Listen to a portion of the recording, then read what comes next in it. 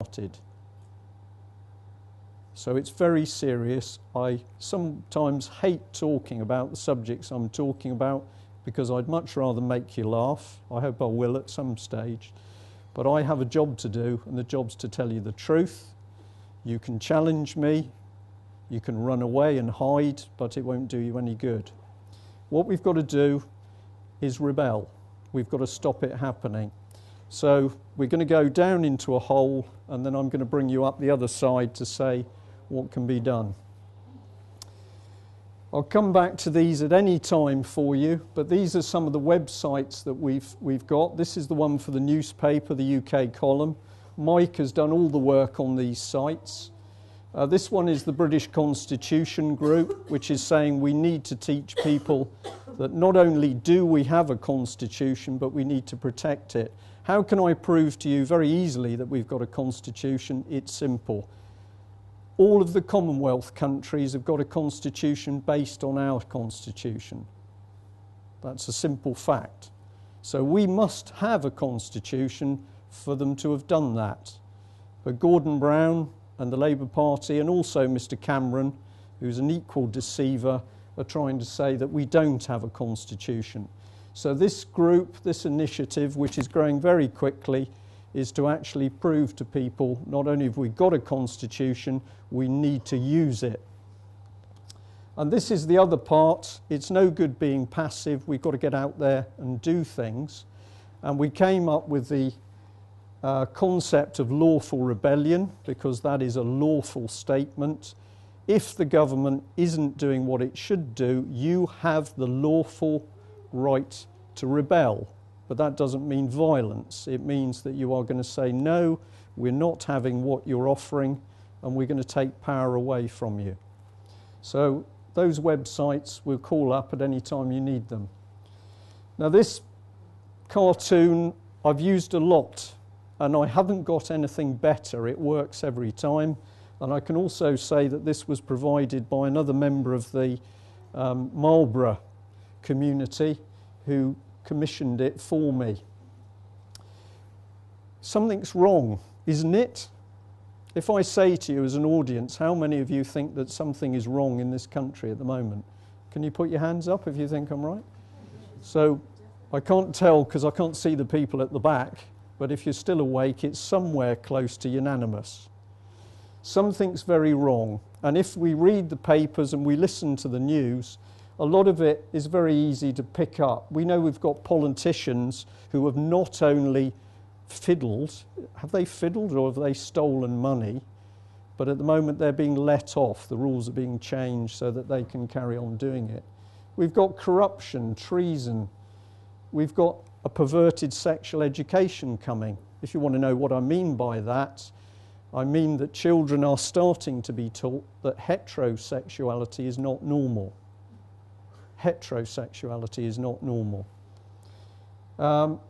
We've got weird quangos appearing who are taking more and more power, but they're not accountable to anybody, but the people in them are paid huge amounts of money. We've got families being broken up. We've got bent, perverted judges. This is a huge problem. And on that subject, I'd like to recommend that you go and look at a website called The Flying Vet. I think that's .com. Which is about a gentleman called Maurice Kirk, who until yesterday was incarcerated in Cardiff prison because he knew too much about the fraud and corruption in the police in South Wales. They spent weeks trying to brand him as mentally ill, and eventually he was in court trying to defend himself, with the judge refusing to let him have the papers he needed to conduct his defence. Now, I'm delighted to say that yesterday the jury found him not guilty on both counts, and after the trial the jury, most of them went to a pub where they embraced Maurice and his family, and they said that they had never witnessed such a disgrace in a British court before. This is not unusual. And when we know that at the moment we are having our first court case in Britain to do with a robbery where there is not a jury, we should start to be very concerned. Could I just add to that, Brian? You may, Peter, but something I meant to say is I will take questions at the end, because I'm just going to try and move forward through as quickly as possible. Peter, I'll take it since you've started. Right. Well, I'm friendly with Frank Warren, who Yes. acted as a sort of legal assistant to Maurice Kirk. Yes. And I've spoken to Frank each day as the case has progressed. About a week ago, they deprived him of his medication. Correct. Yeah. And he's not been allowed his medication for the last week of his trial, which is just unbelievable. Well, I've heard this before. I have a friend who also spent some time in prison as the result of government corruption, and he was denied heart medication. And I believe that one of the tricks that the prisons use is when you go into prison, the prison budget is responsible for providing the medication. So if they want to save money, the prisoners don't get the medication. You can check that. I'm going to take questions at the end, Margaret. Sorry. Okay, now we are living all of this chaos at the moment. If you listen to what comes up on the news, on the radio or the TV or what's in the paper, it's becoming obvious that the country is starting to break down. Things don't work, people are confused, there's constant change and disruption.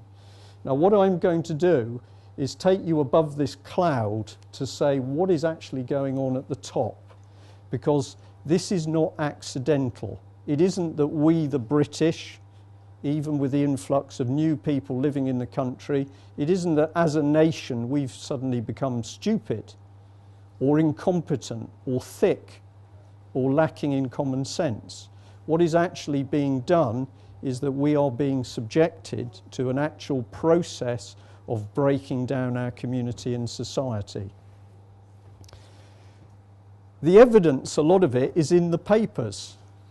So basically, we've got this one as an example, where David Cameron is busy spouting that he can do things. He is going to look at how many people are coming into the country. If anybody's worried that I'm racist, I go and give the same talks to other groups of people, including Muslim people. And those people themselves recognise that there is a problem to do with how many people are coming into the country at the moment.